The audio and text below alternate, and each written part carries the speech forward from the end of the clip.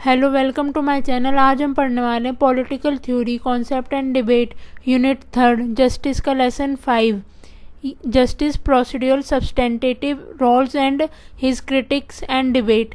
ये video new education policy के according है for BA honours political science और ये सेमेस्टर थर्ड वाले स्टूडेंट के लिए हैं। So let's start the topic. Contemporary theories of justice Rawls, justice as fairness. इसमें हम जो कॉन्टेम्प्रेरी थ्योरी थी जस्टिस पर रोल्स की, उसके बारे में हम पढ़ेंगे कि किस तरीके से था। Theory of justice John Rawls offer a powerful defense of the concept of justice based on the fundamental principle of procedural theory. It means to say that justice necessitates strict adherence to rules. However, Rawls' theory is careful to address the most frequent argument aimed specifically against procedural theory, that unjust situations could be produced despite strict adherence to the norms.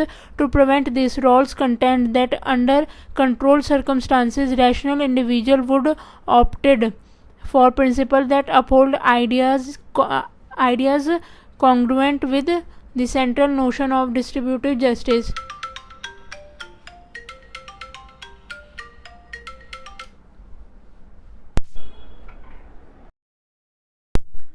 जो theory of justice में John Rawls हैं वो कहते हैं कि जो भी न्याय की प्रक्रिया है, जो भी जस्टिस की प्रक्रिया है, उसको मतलब एक तरीके से काफ़ी स्ट्रॉन्ग बनाना चाहिए और जो भी नियम है उसके उनका काफ़ी सख्ती से पालन किया जाए।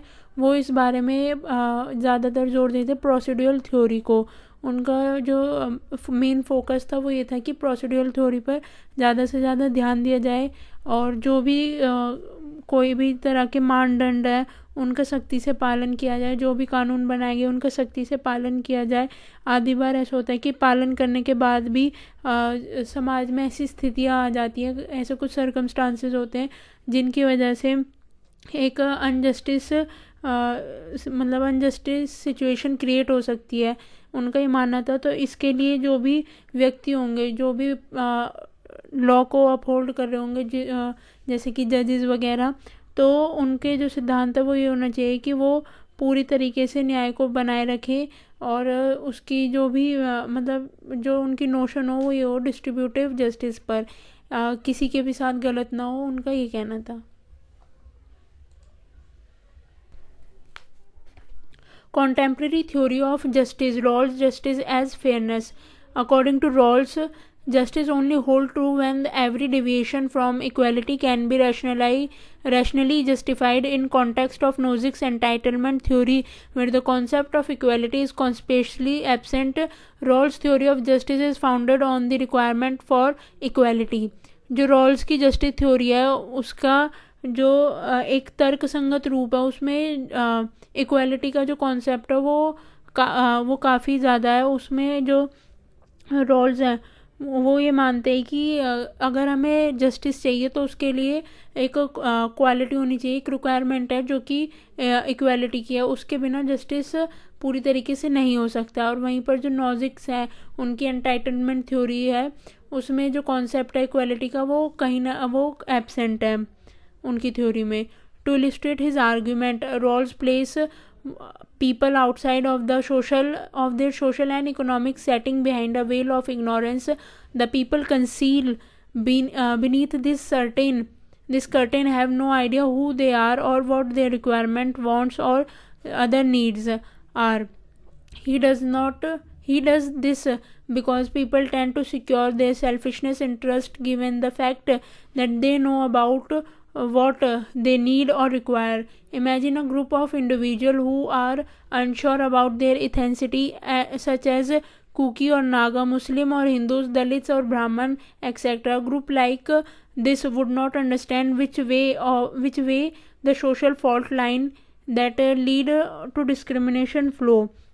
इसमें उन्होंने अपनी आर्ग्यूमेंट पर एक तर्क देते हुए कहा है कि जो लोग हैं समाज में, जो भी लोग हैं वो एक अज्ञानता के पर्दे के पीछे रह रहे हैं। उनमें वो उनकी सामाजिक और आर्थिक स्थितियों के बाहर हैं और इस पर्दे के नीचे जो लोग हैं उनको ये नहीं पता कि वो कौन है, उनकी क्या ज़रूरतें हैं, क्या उनकी नीड्स हैं, इन बारे में इसके बारे में उन्हें कुछ भी अवेयरनेस नहीं है।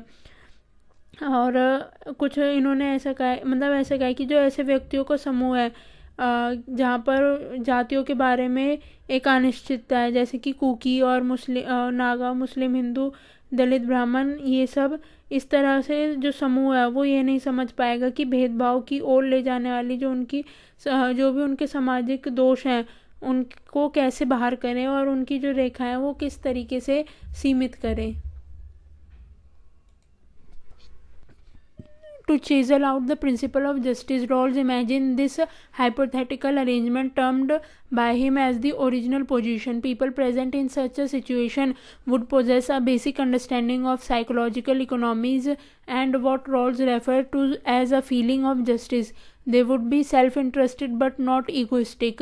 According to Rawls, they would not have a specific idea of what a happy life looked like, but instead would be engaged in increasing their primary good, liberty, opportunity, income, wealth and self-respect, instead of being influenced by other position, since they would not have any room for jealousy. After the curtain was lifted, Rawls anticipated that people would be free to pursue any vision of the good they may have. Moreover, he assumed that these fictitious individuals would be prudent risk taker who, when faced with an unclear circumstances, would undoubtedly choose the option that would result in the least negative consequences, since they believe that when the curtain is lifted, they will be the one in the worst situation.